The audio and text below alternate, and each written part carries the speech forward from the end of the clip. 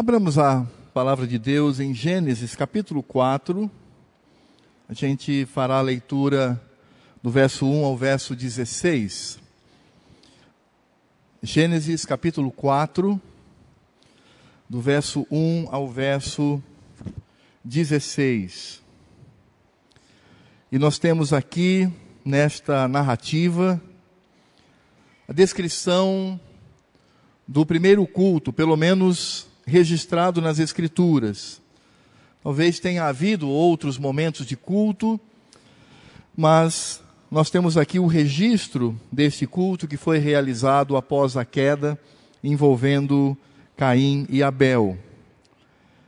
E é impressionante porque, embora este culto tenha acontecido no Velho Testamento, no início, quando os cultos ainda eram realizados muito no contexto da família, e esse culto também foi realizado no Velho Testamento, quando Cristo ainda não havia chegado a essa terra na sua primeira vinda, mas os princípios do Senhor estão presentes ali. Os mesmos princípios que nós aplicamos a este culto que prestamos ao Senhor. É impressionante. São os mesmos princípios que nós encontramos aqui nesta narrativa de um culto tão antigo, tão próximo da criação. E nós vamos aprender um pouquinho sobre isto. Gênesis capítulo 4, do verso 1 ao verso 16. Diz assim a palavra do Senhor. Coabitou o homem com Eva, sua mulher. Esta concebeu e deu à luz a Caim. Então disse: adquiri um varão com o auxílio do Senhor. Depois deu à luz a Abel, seu irmão. Abel foi pastor de ovelhas e Caim lavrador. Aconteceu que no fim de uns tempos trouxe Caim do fruto da terra uma oferta ao Senhor. Abel, por sua vez, trouxe das primícias do seu rebanho e da gordura deste. Agradou-se o Senhor de Abel e de sua oferta, ao passo que de Caim e de sua oferta não se agradou. Irou-se, pois, sobremaneira Caim e descaiu-lhe o semblante. Então lhe disse o Senhor: por que andas irado e por que descaiu o teu semblante? Se procederes bem, não é certo que serás aceito. Se todavia procederes mal, eis que o pecado jaz à porta, o seu desejo será contra ti, mas a ti cumpre dominá-lo. Disse Caim a Abel, seu irmão: vamos ao campo. Estando eles no campo, sucedeu que se levantou Caim contra Abel, seu irmão, e o matou. Disse o Senhor a Caim: onde está Abel, teu irmão? Ele respondeu: não sei. Acaso sou eu tutor de meu irmão? E disse Deus: que fizeste? A voz do sangue de teu irmão clama da terra a mim. És agora, pois, maldito sobre a terra, cuja boca se abriu para receber de tuas mãos o sangue de teu irmão. Quando lavrares o solo, não te dará ele a sua força, serás fugitivo e errante pela terra. Então disse Caim ao Senhor: é tamanho o meu castigo, que já não posso suportá-lo. Eis que hoje me lanças da face da terra e da tua presença hei de esconder-me. Serei fugitivo e errante pela terra. Quem comigo se encontrar me matará. O Senhor, porém, lhe disse: assim qualquer que matar a Caim será vingado 7 vezes. E pôs o Senhor um sinal em Caim, para que o não ferisse de morte quem quer que o encontrasse. Retirou-se Caim da presença do Senhor e habitou na terra de Nod, ao oriente do Éden. Oremos ao Senhor. Ó Deus e Pai, nós queremos louvar o Teu santo nome por essa noite. O Senhor até agora ouviu aquilo que cantamos, aquilo que oramos. Agora, Senhor, vem falar ao nosso coração, para que não nos conformemos com este mundo, mas para que experimentemos a Tua boa vontade, meu Pai. Por isso, vem retificar aquilo que foi entortado pelo pecado. Vem ratificar aquilo que é santo pela Tua palavra. Vem agir na nossa vida, Senhor, para que demonstremos amor genuíno a Ti, naquilo que pertence ao Senhor. Por isso, fala ao nosso coração. É o que nós te pedimos em nome de Jesus. Amém. Irmãos, quando nós falamos sobre culto, nós estamos falando de um assunto extremamente controverso. Nós estamos falando de um tema muito complicado. Nós estamos falando de algo que tem demonstrado, ou tem sido, do ponto de vista das igrejas, realizado de forma tão diferente, onde muitas visões elas têm destoado da palavra de Deus. Hoje nós temos uma tendência muito clara, onde o culto ele não é mais para o Senhor, mas ele é para o homem.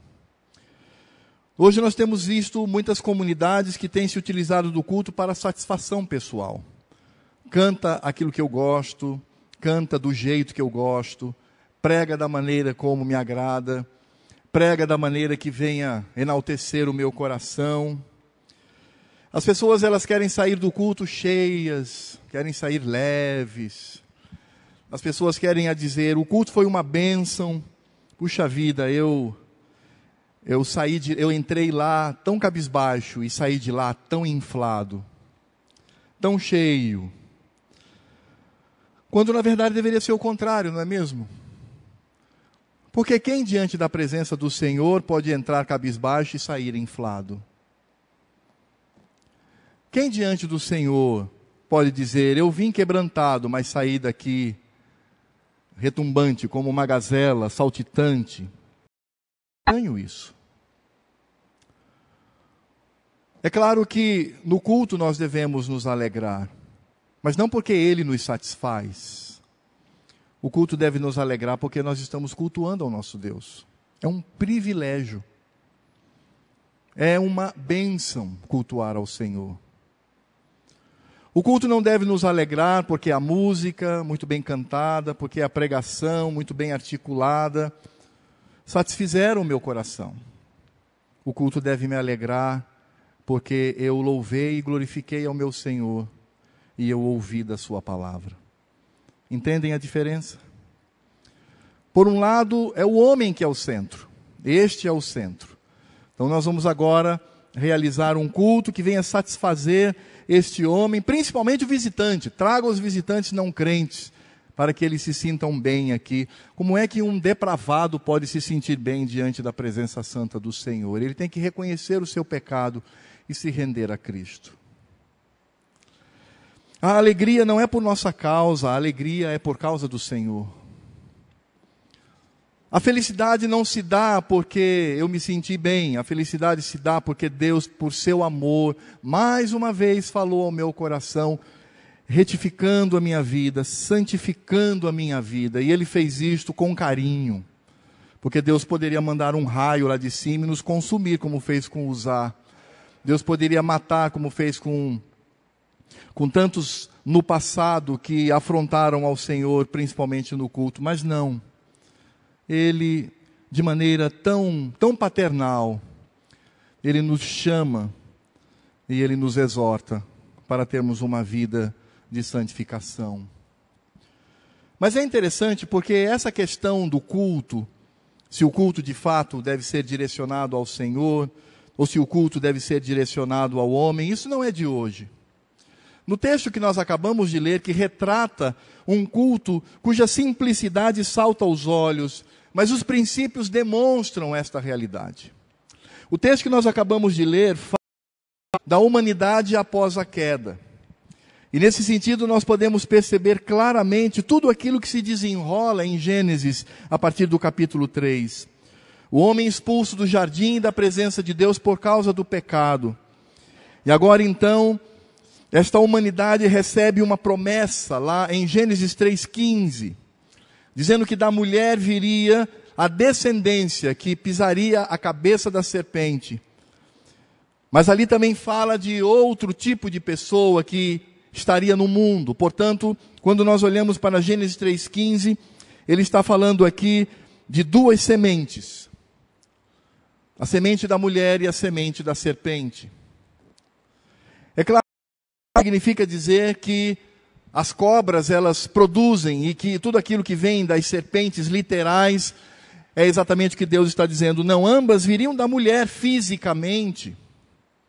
Mas no que significa pensar sobre a redenção de Deus, nós teríamos aí duas humanidades no mundo, opostas entre si. Nós teríamos aqueles que eram descendentes da mulher e que são tipificados na pessoa de Cristo, porque Cristo vem dessa descendência, da descendência dos eleitos. E nós encontramos a outra descendência, que é a descendência do mal. É essa semente maldita que está no mundo e que luta contra Deus e afronta o Senhor, afrontando também ao seu povo. Nesse sentido, nós encontramos nestas duas sementes, a semente da mulher, que é a semente dos eleitos de Deus, do povo do Senhor, de onde Cristo, o maior representante desta descendência, veio a essa terra. Sabemos que essa descendência ela é vitoriosa no Senhor. Enquanto que a outra, perversa, depravada, escrava do pecado, não se rende ao Senhor, não se rende a Cristo, estes certamente são derrotados desde o momento em que existem nesse mundo, indo padecer no inferno. Impressionante que Eva, ao ouvir essa palavra do Senhor Deus, falando sobre essa semente bendita, ela encheu seu coração de esperança e alegria. É tanto que quando nós olhamos para o nascimento de Caim, ela vai demonstrar essa esperança. No verso 1 do capítulo 4 de Gênesis, diz: coabitou o homem com Eva, sua mulher, esta concebeu e deu à luz a Caim. Então disse a mulher: adquiri um varão com o auxílio do Senhor. Interessante porque a palavra Caim significa adquirir, ter, receber. A impressão que nós temos é que Eva olhou para o seu primogênito, para Caim, e viu nele, segundo o coração dela, a descendência da redenção. Talvez Eva tenha olhado para Caim e tenha dito no seu coração: será que ele é o Redentor? Será que ele é o ungido do Senhor? Será que ele de fato vai nos livrar deste pecado? Porque no Velho Testamento, ao longo de toda a história, as pessoas aguardavam a vinda do Messias com avidez, com um profundo desejo no seu coração. Por isso há um contraste aqui no nascimento de Caim e Abel, porque quando Caim nasce, ela diz: adquiri um varão com auxílio do Senhor. Mas quando nós encontramos Abel, é um nascimento sem muita festa.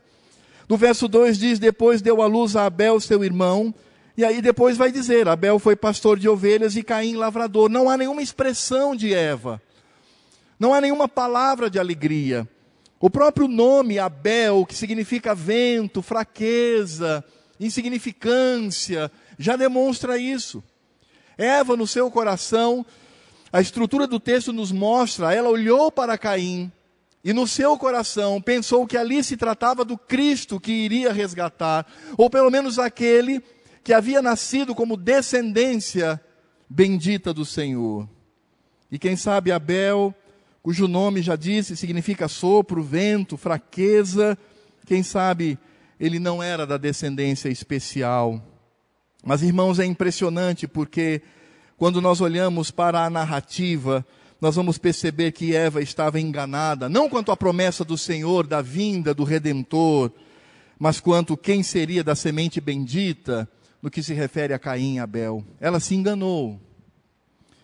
E a narrativa nos mostra exatamente isso. A narrativa nos mostra o fracasso de Caim.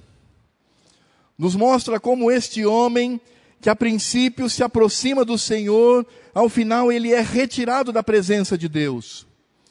Este homem que até reconhecia a existência do Senhor pela proximidade da criação, mas Caim, ele que se aproxima de Deus, se afasta do Senhor e se torna errante pela terra, longe da presença do Senhor, banido da presença do Senhor. Agora, o que é mais interessante, esta revelação com relação a Caim e com relação a Abel, que era da divina, da bendita semente, é apresentada através do culto que prestaram ao Senhor. Foi neste momento, no momento de culto solene que eles prestaram a Deus, obviamente com a formatação da época, um culto familiar, um culto em que as pessoas ofereciam holocaustos ao Senhor, apontando para o Messias. Claro que dentro daquilo que eles conheciam como forma litúrgica, que não é mais a nossa, porque nós temos a Cristo, e não precisamos mais de todo aquele cerimonialismo, mas naquela época era necessário, nesse momento, nós percebemos que Caim revela a sua verdadeira natureza, quando ele tenta prestar um culto ao Senhor. E aí é impressionante, e nos parece até contraditório, porque o culto deve nos aproximar de Deus, mas é impressionante porque, por vezes, o culto nos afasta do Senhor. O culto faz com que o Senhor venha nos banir da sua presença, na maneira como nós nos apresentamos a Ele. É por isso que no verso 4 diz: Abel, por sua vez, trouxe das primícias do seu rebanho, e da gordura deste agradou-se o Senhor de Abel e de sua oferta, ao passo que de Caim de sua oferta não se alegrou. Deus não se alegrou com o culto prestado por Caim. Irou-se, pois, sobremaneira Caim, e descaiu-lhes o semblante. Deus não se agradou do culto que Caim prestou a Deus. Agora, o que é mais intrigante é que, se nós fizéssemos uma avaliação externa, não há diferença nenhuma. Ambos ofereceram a Deus aquilo que tinham. Caim era lavrador, ofereceu o que tinha. Abel era pastor, ofereceu o que tinha. Ambos levantaram o altar, ambos ofereceram no altar. Mas o Senhor Deus agradou de Caim, mas se aborreceu. Aliás, o Senhor Deus se agradou de Abel, desculpem, mas se aborreceu de Caim, porque ele de fato havia pecado diante do Senhor. Por isso, nós deveríamos fazer a seguinte pergunta: quando o culto nos afasta de Deus? Quando o culto, que deveria ser instrumento de aproximação, de intimidade com o Senhor, quando esse evento, esta prática, ela nos afasta do Senhor? A resposta está nos versos que eu li: quando não agrada a Deus, quando Deus não se agrada do culto que prestamos a Ele. E por que o culto de Caim não agradou ao Senhor? Por que o Senhor Deus não aceitou o culto daquele homem que, na sua prática, não apresentou nenhuma diferença de seu irmão? E aí nós vamos perceber, irmãos, 3 elementos na vida de Caim que afastaram-no do Senhor quando ele prestou o culto a Deus. Em primeiro lugar, o Senhor Deus rejeitou o culto de Caim, porque Caim não fez isto por meio da fé. E aí, para entender isso, nós precisamos ir lá para Hebreus, capítulo 11, e ler os versos 4 e verso 6. E a palavra do Senhor diz: pela fé Abel ofereceu a Deus mais excelente sacrifício do que Caim, pelo qual obteve testemunho de ser justo, tendo a aprovação de Deus quanto às suas ofertas. Por meio dela também, mesmo depois de morto, ainda fala: de fato, sem fé é impossível agradar a Deus, porquanto é necessário que aquele que se aproxima de Deus creia que Ele existe e que se torna galardoador dos que o buscam. Quando nós olhamos para esse contexto aqui de Hebreus, nós vamos descobrir que Hebreus ele está falando sobre a fé. E ele começa primeiro definindo o que é essa fé. Olha aquilo que é invisível, crê naquilo que ainda não existe. E depois então o autor de Hebreus nos traz uma galeria de heróis da fé. E nesta galeria está Abel. Abel é apresentado como um homem de fé. Por isso, quando nós encontramos aqui pela fé, porque é exatamente assim que começa o verso 4, pela fé Abel ofereceu a Deus mais excelente sacrifício do que Caim. E é claro que quando o autor de Hebreus trabalha sobre essa fé, ele está fazendo aqui a inferência de que esta fé deve ser aquela em Cristo Jesus, não aquela fé que busca apenas a religiosidade ou o cumprimento de uma formalidade, ou então acha que o culto é apenas um conglomerado de pessoas, ou então imagina que o culto é só para ouvir uma boa palestra das Escrituras. Mas pela fé, ele sabe exatamente o que significa, porque como diz o texto, sem fé é impossível agradar a Deus. E é claro que no contexto de aqui de Hebreus, esse conteúdo da fé da nova aliança é em Cristo Jesus. É isso que o autor de Hebreus fala. Porque Cristo é o mediador que nos aproxima de Deus. Nele nós somos recompensados, Ele é o autor e consumador da fé, Ele é a recompensa de Deus àqueles que buscam pela fé. Por isso, o que nós encontramos aqui em Hebreus, quando fala sobre esses heróis da fé, e sobretudo sobre o culto que Abel ofereceu, ele está dizendo, Cristo deve ser o centro. É claro, meus irmãos, Abel ainda não tinha conhecimento de Cristo, muito menos Caim. Eles não conheciam porque Cristo ainda viria no futuro, mas os princípios contidos no Messias, no Cristo, no Redentor, deveriam estar presentes naquele culto. Porque eles estavam prestando um culto a Deus. Eles deveriam crer nessa existência do Senhor. E veja que o autor de Hebreus, quando fala creia que Ele existe, o autor de Hebreus não está falando aos ateus. Ateus não existiam naquela época. O ateísmo é uma coisa muito recente. Mas fala daqueles que muitas vezes não depositavam a sua fé no Deus Todo-Poderoso. Porque de fato, meus irmãos, quando nós cultuamos ao Senhor, precisamos centralizar a redenção do Senhor, que é Cristo. E embora Caim e Abel não tivessem o Senhor Jesus ainda nascido, mas eles certamente tinham que trazer este princípio na sua oferta. Por isso Abel foi aceito pelo Senhor. Deus se agradou de Abel, mas ele rejeitou a oferta de Caim, porque o texto nos fala claramente, pela fé Abel cultuou ao Senhor. Cultuar ao Senhor pela fé é ter a noção do que significa o culto. Cultuar ao Senhor pela fé é saber o significado deste evento que estamos realizando aqui, da importância desse evento. É saber quem é Deus. É saber que Ele está presente no nosso meio. É saber que toda a minha atenção deve estar em Cristo Jesus. Essa é a aplicação que nós temos.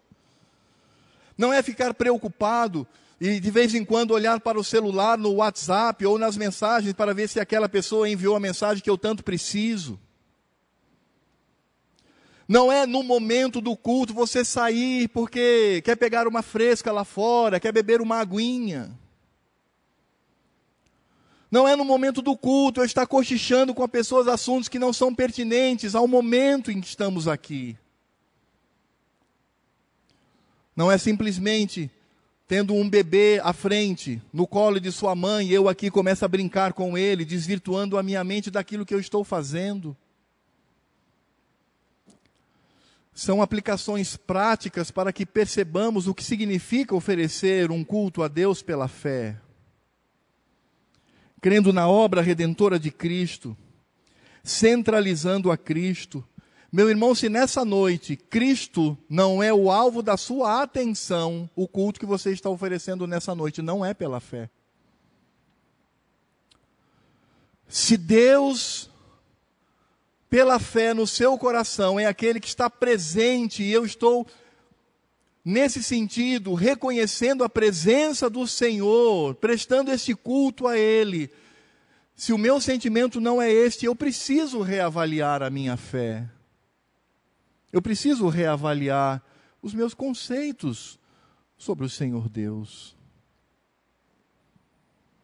Por isso o autor de Hebreus fala, pela fé, Abel ofereceu a Deus mais excelente sacrifício do que Caim, pelo que obteve testemunho de ser justo. E é claro que Abel, sendo pecador, mas ele foi justificado pelo Senhor, Deus o aceitou. E é claro que nesse sentido, irmãos, o que nós percebemos na vida de Caim é a incredulidade que muitas vezes está alojada no coração do indivíduo. Ele não sai de casa para vir ao culto preparando o seu coração. No sábado, ele não começa a se preparar para o dia do Senhor, o dia dedicado a Ele, dedicado para esse momento em que nós cultuamos ao Senhor, ele não está atento a isto. Pasme, às vezes pessoas elas querem que o culto se apresse, porque depois do culto ela precisa ir para um aniversário, ela precisa ir para o cinema, ela precisa voltar para casa para retomar os seus estudos. Simplesmente ela não tem noção do significado portentoso, este significado sublime, que é ajuntar o povo de Deus e cultuar ao Senhor. Por isso, nós precisamos perceber como está o nosso coração para cultuarmos ao Senhor. Mas Caim, ele não falhou apenas nisto, ele não foi apenas incrédulo, ou seja, ele não apresentou aquele culto pela fé ao Senhor, mas ele também cometeu um segundo erro, porque ele não consagrou o melhor para Deus. Esse é o segundo erro que nós encontramos aqui no culto que ele oferece. Por isso, nós encontramos aqui um nítido contraste no texto entre a oferta de Caim e a oferta de Abel. É exatamente isso que o texto nos mostra. Fala que aconteceu que no fim de uns tempos trouxe Caim do fruto da terra uma oferta ao Senhor. Abel, por sua vez, trouxe das primícias do seu rebanho e da gordura deste. Agradou-se o Senhor de Abel e de sua oferta, ao passo que de Caim de sua oferta não se agradou. A tradução em português é excelente aqui, porque ela traz exatamente a ideia do que Gênesis quer nos mostrar. Vejam só como a narrativa trata a oferta de ambos. Com relação a Caim, aconteceu que no fim dos tempos trouxe Caim do fruto da terra uma oferta ao Senhor. Abel, por sua vez, trouxe das primícias do seu rebanho e da gordura deste. Você percebeu a diferença? É muito claro, o texto nos diz que Caim trouxe do fruto da terra, ele era agricultor, mas ele trouxe uma oferta. O tom da expressão é indefinido, esse tom é indefinido, indicando que Caim separou qualquer coisa para Deus. Ele foi lá, viu o fruto da terra, vou separar isso aqui para Deus e vou ofertar. Desavisado, desatento. Ele não demonstrou amor pelo Senhor, ele apresentou qualquer coisa. Que triste isso. Ele não trouxe das primícias. Enquanto que Abel, a palavra de Deus nos fala da atitude tão linda desse irmão. A palavra de Deus chama a atenção para o caráter especial da oferta de Abel. A expressão por sua vez. Percebe isso? Abel por sua vez. Essa expressão poderia ser traduzida por Abel sim, esse sim, trouxe uma oferta agradável ao Senhor.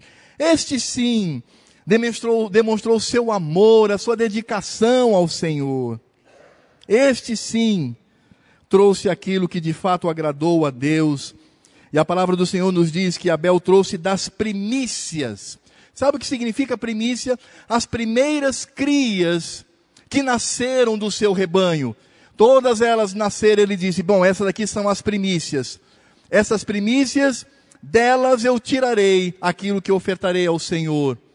Mas o texto ainda é enfático em dizer que ele não trouxe apenas das primícias, mas da gordura, ou seja, a melhor parte deste, das primícias que ele separou. Ele separou dentre estes o melhor para Deus.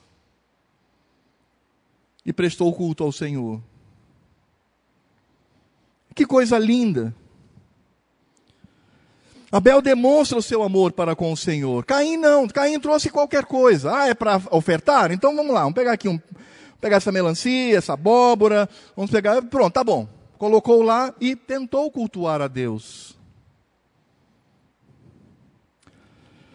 Meus irmãos, Deus não aceita nada menos do que o melhor da nossa vida. Não caia nessa cilada. Meus irmãos, é tão perigoso porque não dar a Deus o melhor é a essência da idolatria. Você sabia disso? Sabe por que a essência da idolatria? Porque algo é mais importante do que Deus na nossa vida. É o princípio. Tão perigoso. O que diz o primeiro mandamento? Não terás outros deuses diante de mim. Não terás nada acima de mim no seu coração. O que diz o segundo mandamento? Não farás para ti imagem de escultura, não as adorarás, nem lhe prestarás culto. O primeiro mandamento diz, o Senhor Deus deve ter primazia. O segundo mandamento diz, você não pode ajuntar no seu coração ídolos que queiram concorrer com o Senhor. E esses dois princípios malignos, a idolatria e retirar o Senhor da sua primazia, estavam no coração de Caim. Caim estava se deixando dominar pela avareza. E segundo Tessalonicenses 3,5, a avareza é sem dúvida nenhuma idolatria. Como faltava fé no coração de Caim, como nós vimos no início, ele simplesmente não creu naquele Deus que dá a semente, a quem semeia para pão e alimento.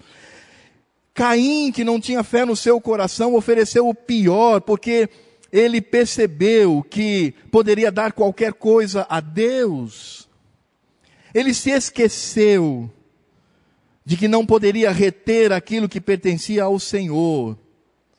Ele se esqueceu de oferecer aquilo que pertence a Deus. Não é esse o princípio do dízimo. O dízimo não é dinheiro em si. O dízimo é uma atitude de fé, onde eu sei que o Senhor tem primazia. As próprias ofertas, que são voluntárias, elas também são assim. Quando eu invisto na obra missionária, eu estou dizendo, Senhor, primícias, é teu, é para a tua obra, Senhor. No culto é a mesma coisa.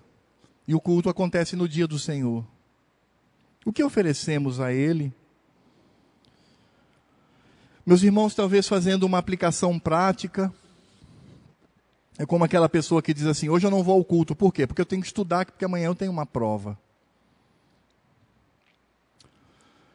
Ou aquela pessoa que diz assim, hoje eu não vou ao culto. Por quê? Não, porque eu tenho que trabalhar. Ou aquela outra pessoa que diz, olha, eu não vou ao culto. Por quê? Porque hoje é a final da Copa. Da Copa do Mundo, eu quero ver o Brasil jogando. Hoje eu não vou ao culto, por quê? Ah não, porque hoje é dia de... eu vou passear com a minha família. O que nós estamos dizendo para Deus, meus irmãos? Interessante que isso diz respeito também ao horário, não é? A nossa igreja tem um zelo profundo de começar o culto no horário. Não é? Você sabia que nós começamos o culto no horário? Por causa dos irmãos, não. É por causa do Senhor. Porque o culto tem que ser com ordem. Se marca 9, é às 9. Se é 8h30 para terminar, terminamos 8h30. As coisas do Senhor devem ser feitas ordeiramente, com ordem, com decência. Aí eu chego atrasado. O que eu estou dizendo? Ou então eu passo o dia me cansando. Vou para a praia, fico brincando lá. Aí eu chego no culto arrasado. Ofereci o melhor para a praia e ofereço o resto para Deus. O que pensar disso?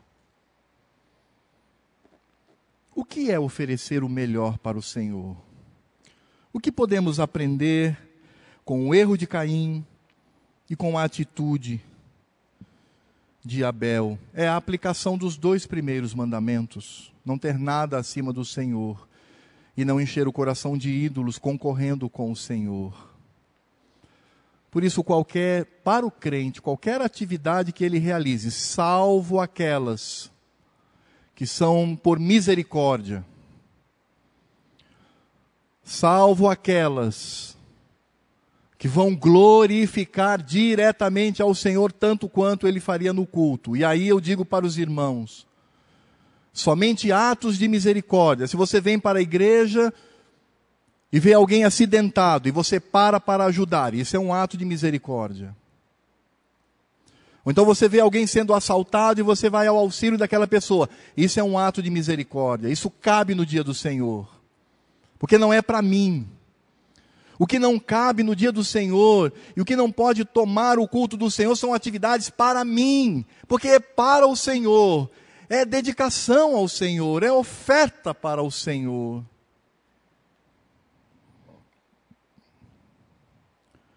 Por isso eu repito, Deus não aceita nada menos do que o melhor. Quantas vezes nós colocamos o culto do Senhor em segundo plano? Chego atrasado porque o meu time está na final. Vou chegar 10 minutos atrasado, mas qual é o problema? Ou então eu venho para o culto super alegre porque o meu timão ganhou. A maior alegria no meu coração não é o culto nem Cristo, mas é o time. O que é isso? Reflita. À luz do que fez Caim e do que apresentou Abel. Por isso, meus irmãos, o culto serviu para afastar Caim do Senhor.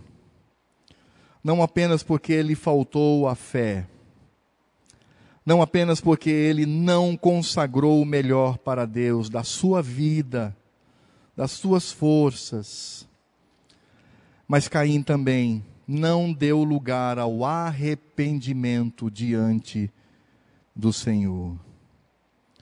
É interessante quando nós percebemos aqui essa atitude. No verso 6 diz: então lhe disse o Senhor, por que andas irado e por que descaiu o teu semblante?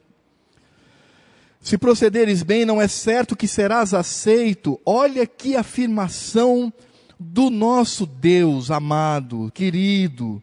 Olha o que o Deus está dizendo aqui. Se procederes bem, não é certo que serás aceito. Ah, você não foi aceito lá no culto, não é, Caim? Pois então, meu filho, reavalie sua vida. Veja até que ponto você está realizando este ato como um ato de fé. Veja até que ponto você tem dedicado sua vida, suas forças, sua alegria, tudo que você tem e é naquele momento. Reavalie isto. É o que o Senhor está dizendo.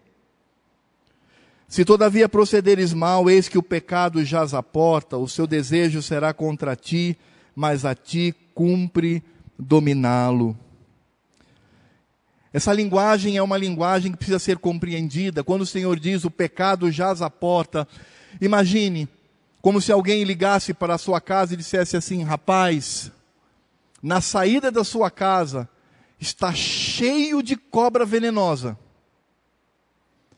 E elas estão ali tranquilas. Ou então, na entrada da sua casa existe um lobo voraz. A linguagem é esta. É uma linguagem forte. Quando disse, todavia, procederes mal, eis que o pecado jaz à sua porta. A frase descreve uma fera dormindo do lado de fora da porta. Se a porta for aberta e a fera despertar, ela vai te destruir. Precisamos olhar o pecado como as Escrituras nos ensinam. As Escrituras não estão dizendo assim, há um errinho lá fora. Se você errar, mas tudo bem, vamos levando aí a coisa. Não, há uma fera. O pecado ele é destruidor, ele arrasa com a nossa vida. Talvez o elemento mais triste do pecado é, naquele momento, nos afastar da comunhão do Senhor, porque o Senhor não contempla nem convive com o pecado. O Senhor Deus está pastoreando o coração daquele homem. O Senhor Deus está dizendo, proceda corretamente, proceda em santidade. É impressionante porque aqui nós temos a primeira descrição da dura realidade e da força do pecado. E também nós encontramos aqui a responsabilidade humana, sim, porque ela também existe. Porque quando o Senhor diz, eis que o pecado jaz à porta, o seu desejo será contra ti. Desejo de quem? Do pecado. Que se estabelece no desejo mau de Caim. Mas o que Deus diz a Caim? mas a ti cumpre dominá-lo. Lute por uma vida de santidade. Vida de santidade não cai do céu. Vida de santidade não é algo 100% natural na nossa vida. Devemos lutar por isso. É uma luta debaixo da graça e da misericórdia do Senhor. Por isso, irmãos, quando nós olhamos para o tratamento do pecado na nossa vida, precisamos entender que o pecado, ele só é perdoado mediante o arrependimento. E o que é arrependimento? Arrependimento envolve exatamente a consideração da bênção que advirá da mudança, ou seja, eu me arrependo diante do Senhor, o Senhor me perdoa e agora eu mudo. Muitas pessoas gostam, e eu também gosto, nós gostamos de lembrar aquele evento quando trouxeram uma mulher em franco adultério diante do Senhor Jesus, não é? Arrastaram-na, jogaram-na aos pés do Senhor e disseram, olha, o que diz a lei? Não é para matar essa desgraçada? O que Jesus respondeu? Muito bem, aquele que não tiver pecado, que pegue a primeira pedra e atire. A Bíblia diz que aqueles homens, eles tinham consciência da lei de Deus. Eles largaram as pedras e saíram um a um, ficando somente Cristo e a mulher. Cristo olha para aquela mulher e diz assim, alguém te condenou? Ela disse, não, Senhor, então nem eu te condeno. Mas a narrativa não para aí. O Senhor Jesus diz àquela mulher, vai e... Isso é arrependimento. Jesus não disse, vai, e se você cair de novo, venha comigo. Jesus disse, vai, e não peques mais. O princípio do arrependimento é tão lindo, porque mostra a disposição do Senhor em nos perdoar pela sua graça. Mas ao mesmo tempo precisamos compreender que sem arrependimento não há a menor possibilidade do nosso pecado ser perdoado. Aliás, precisamos ter muito cuidado quando nós oramos em público por perdão de pecado. Ore aí, meu irmão, pelo perdão dos pecados. Senhor, perdoa-nos e tal. Ele não está nem aí, ele está cumprindo uma formalidade. Alguém pediu para ele orar, ele está orando. Não, quando alguém pede para você orar por perdão de pecado, respire fundo. Pense. E ore ao Senhor com temor no coração.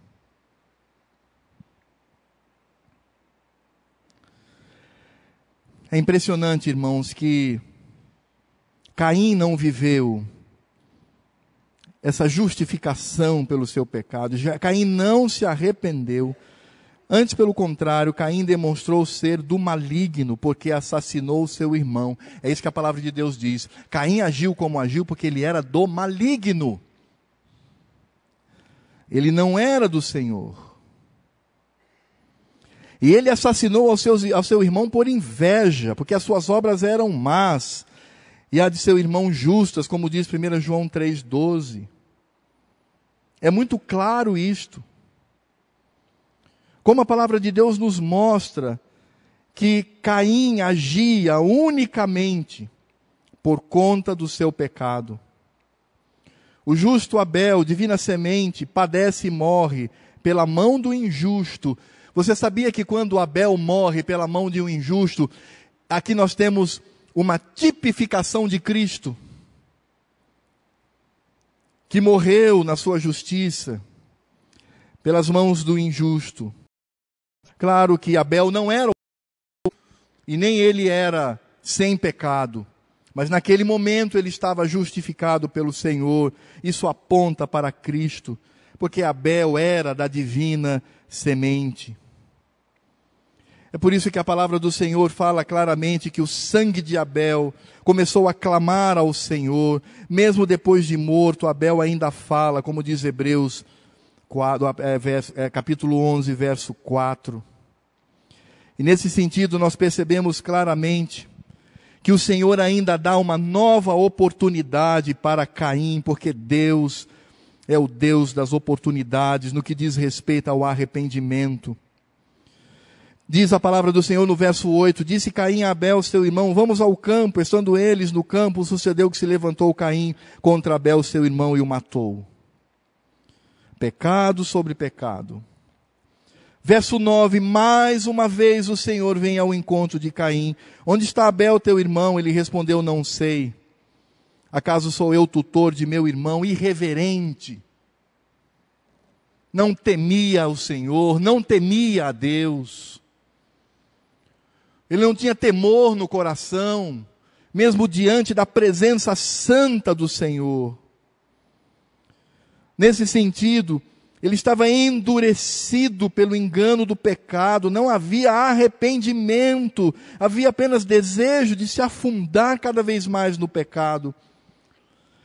E nesse sentido, então, quando ele demonstra essa atitude que vem de um coração que não teme ao Senhor, que não ama ao Senhor e que não pertence ao Senhor, ele recebe as maldições de Deus. E é interessante porque as maldições que encontramos aqui, no verso 14, são as mesmas, no verso 11, aliás, são as mesmas que nós encontramos lá em Gênesis capítulo 3. A terra seria maldita por causa da serpente, a terra se torna maldita por causa de Caim, um homem que não se arrepende, um homem que não teme a Deus, um homem que brinca de prestar culto, um homem que não tem no seu coração a noção do significado sublime desse momento que eu e você estamos vivendo neste exato momento.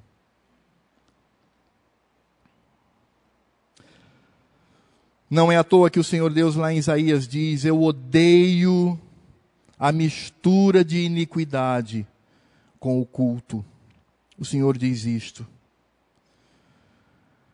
E é impressionante porque quando nós olhamos esse contexto, nos lembramos daquilo que diz 1 João capítulo 3, do verso 8 ao verso 10.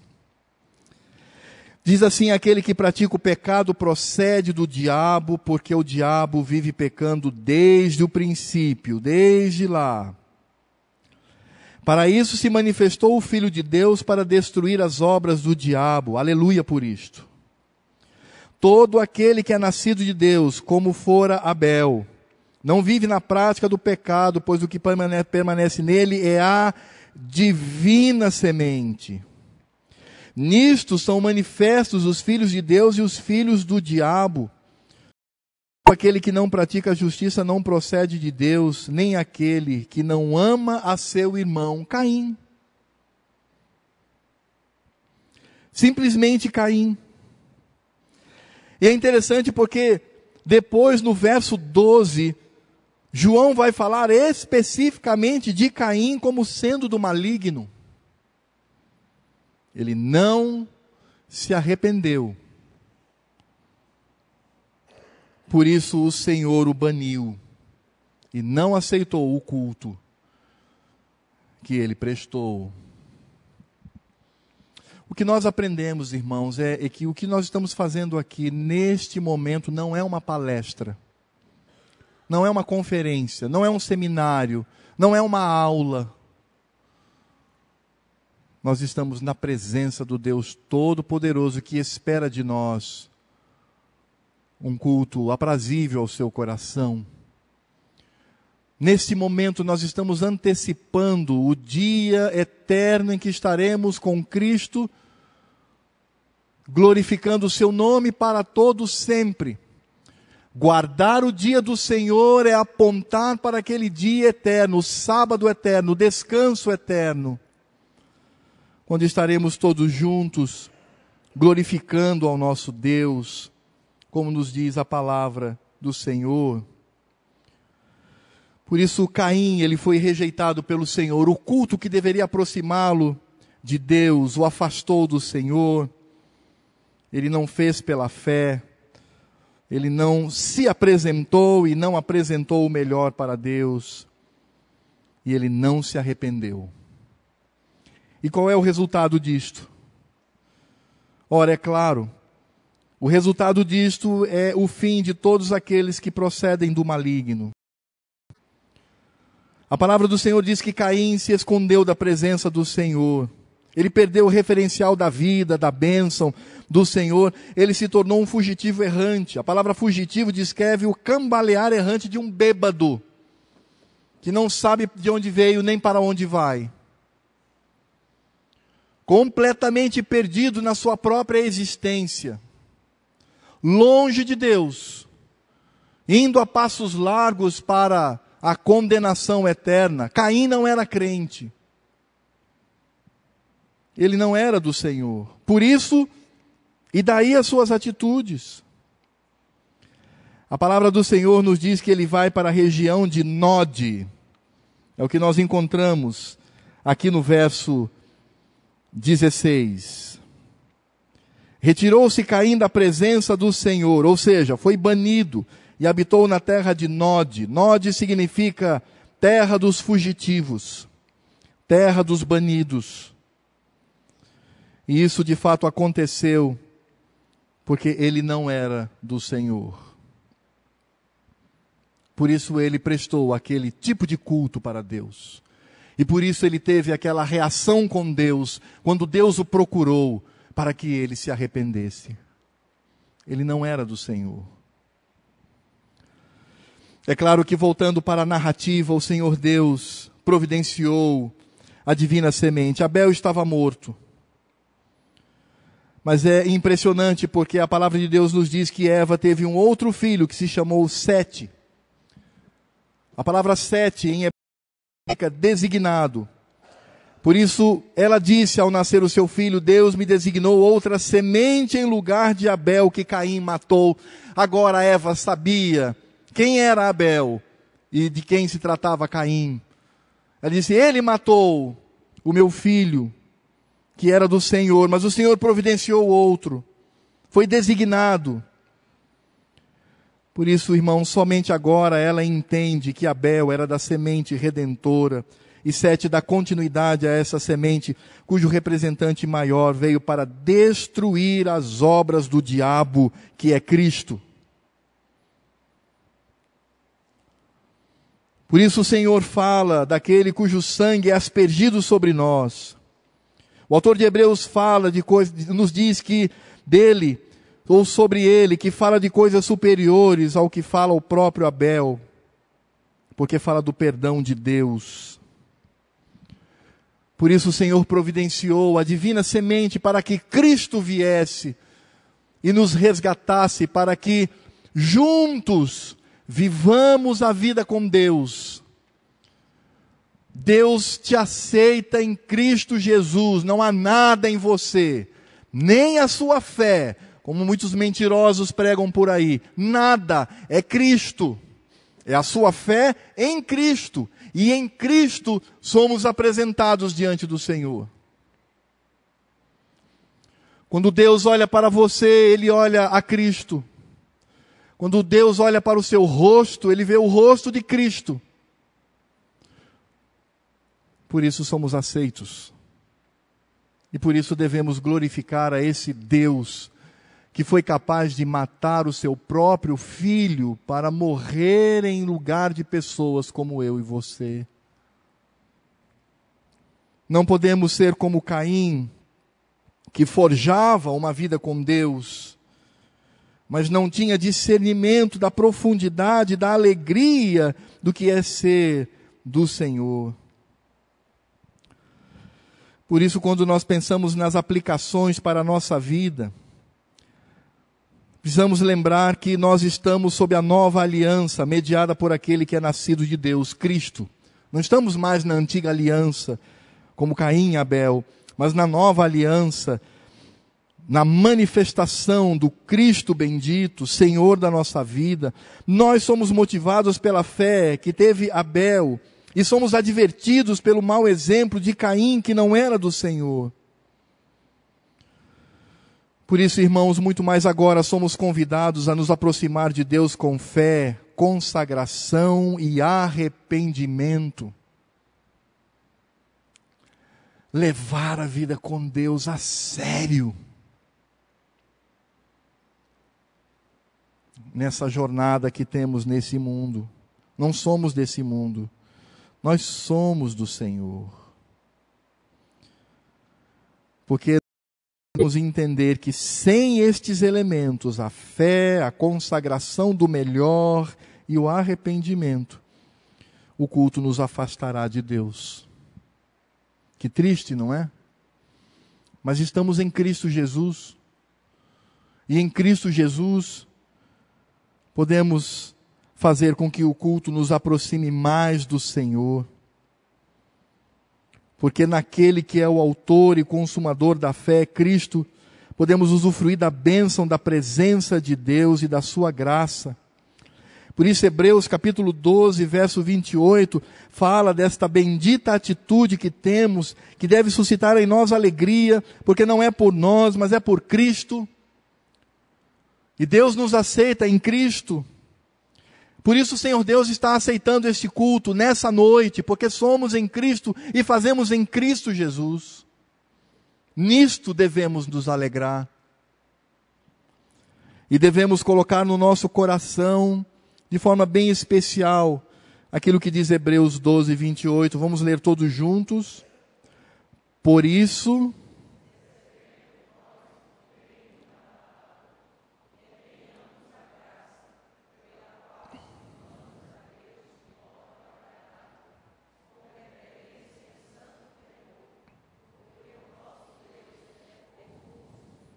esse é um dos textos mais completos sobre a vida do crente. Porque ele começa falando da nossa possessão e fala de quem Deus é. Ele diz, por isso, recebendo um reino inabalável. Aleluia por isso. Temos um reino em Cristo Jesus. Aí ele vai falar da nossa responsabilidade, retenha, porque a doação do reino é obra do Senhor, não veio de nós, veio da graça de Deus. E aí ele fala da nossa responsabilidade, retenhamos a graça pela qual sirvamos a Deus de modo agradável, com reverência e santo temor. Por quê? Porque o nosso Deus é fogo consumidor. Esse versículo mostra toda a dimensão do coração de um crente, que se alegra, salta de alegria por aquilo que recebeu. Traz ao seu coração a reflexão da responsabilidade que ele tem diante do Senhor. E termina mostrando quem Deus é. Por isso nós precisamos cultuar ao nosso Deus com fé, consagração do melhor e o arrependimento. Como você tem cultuado ao Senhor ultimamente? Você tem cultuado ao Senhor, se ajuntando com os crentes, é porque algumas pessoas acham que ficar em casa vendo pela internet está cultuando ao Senhor. Isso é um absurdo. É aqui, juntos, num único corpo, glorificando ao nosso Deus. O culto é momento de alegria, não por nós, mas pela presença do nosso Deus. E que sejamos não como Caim, que era ímpio, mas como Abel, que era crente. E para nós é motivo de alegria, porque já temos posse do reino de Deus. Glorificamos ao Senhor por isto, em Cristo Jesus. Faça uma reflexão na sua vida. O culto tem feito com que você se aproxime mais e mais do Senhor? Ou o culto tem sido instrumento do seu afastamento de Deus? Reflita sobre isto. Não faça como Caim. Arrepende-te e volte-se para o Senhor que está de braços abertos para recebê-lo na comunhão do Senhor. Vamos ter uma palavra de oração, curve a sua cabeça e oremos ao nosso Deus. Meu Deus e Pai, muito obrigado pela tua palavra. Obrigado a Deus porque somos da divina semente. Assim como Abel, nós servimos ao Senhor, temos discernimento de todo o significado daquilo que a tua palavra nos diz. Por isso, Senhor, não queremos imitar a Caim, não queremos imitar aqueles que por sua atitude carnal erraram e foram banidos da tua presença. Mas nós, como crentes, que já temos a possessão do reino, tenhamos no nosso coração o desejo de Te agradar cada vez mais. Ó Senhor, se em dados momentos da nossa vida somos respeitosos com outras pessoas, quando, por exemplo, temos horário para um concurso, temos horário para um exame, temos o horário do nosso trabalho ao longo da semana e respeitamos isto, muito mais o Senhor. Porque, ó Deus, não há momento mais feliz na nossa vida do que estarmos próximos a Ti, cultuando o Teu santo nome. Juntos aqui, como irmãos, como uma atitude coletiva, meu Pai. É claro que existem momentos de culto que são particulares. Aquele que realizamos na nossa casa, no nosso quarto. Claro, é um momento também sublime na presença do Senhor. É claro que a nossa vida como um todo deve ser um culto ao nosso Deus. Toda a nossa vida deve glorificar ao Senhor. Mas há um momento especial, não para a minha vida particular, mas para o corpo de Cristo. Há um dia especial para isto. Por isso, Pai, enche o nosso coração de alegria. A Tua palavra nos diz que os Teus mandamentos não são penosos, porque nós os realizamos em Cristo Jesus. A dívida que Cristo pagou, Senhor, é impagável. Se nós pudéssemos, por um segundo sequer, entender o que Cristo fez por cada um de nós, talvez este culto fosse diferente para alguns. Mas, ó Deus, a Tua doce voz ecoa no nosso meio. E o Senhor aguarda para que, arrependidos, nos rendamos aos Teus pés. Meu Deus, que ninguém saia daqui sem se arrepender dos seus pecados e dizer: Senhor, lava-me, cura-me, restaura-me com a Tua graça. Eu quero caminhar com Cristo ao longo dessa semana, ansiando para a vinda do outro domingo, que é o dia do Senhor, quando estaremos todos aqui juntos para cultuá-lo, para demonstrar a nossa gratidão por esta obra maravilhosa de Cristo. Eu tenho certeza que quando nós estivermos lá no céu e olharmos para o destino daqueles que rejeitaram a Cristo e olharmos para o nosso destino, como vamos nos envergonhar? Por isso, ó Deus, dá-nos essa vergonha agora, para que agrademos ao Senhor. O Senhor é este Pai amoroso. 2 vezes foi a Caim. O Senhor é aquele que vem sempre ao nosso encontro, falando ao nosso coração. Que nos alegremos, porque o Senhor é um Deus de graça, de misericórdia, que nunca desistirá das promessas feitas no passado, mas irá cumpri-las uma a uma na nossa vida, sem que mereçamos. Obrigado, Senhor. Muito obrigado. E que a graça desse Deus que é bondoso, que é maravilhoso, que é gracioso, cheio de amor, que constantemente está nos confrontando, ó Deus, com relação ao nosso pecado para nos purificar. Purificação esta que vem através de Cristo, o Senhor da nossa vida, o motivo da nossa maior alegria, da nossa veneração, adoração, desejo por estar juntos, Cristo que morreu em nosso lugar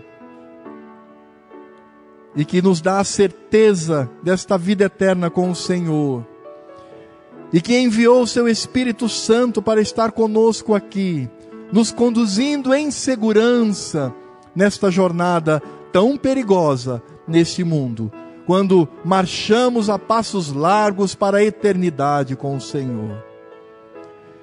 Que estas bênçãos estejam sobre a minha vida, sobre a vida dos meus amados irmãos aqui presentes e sobre a vida de toda a igreja que se reúne no dia de hoje para cultuar ao Senhor e celebrar o grande amor que temos para com Cristo.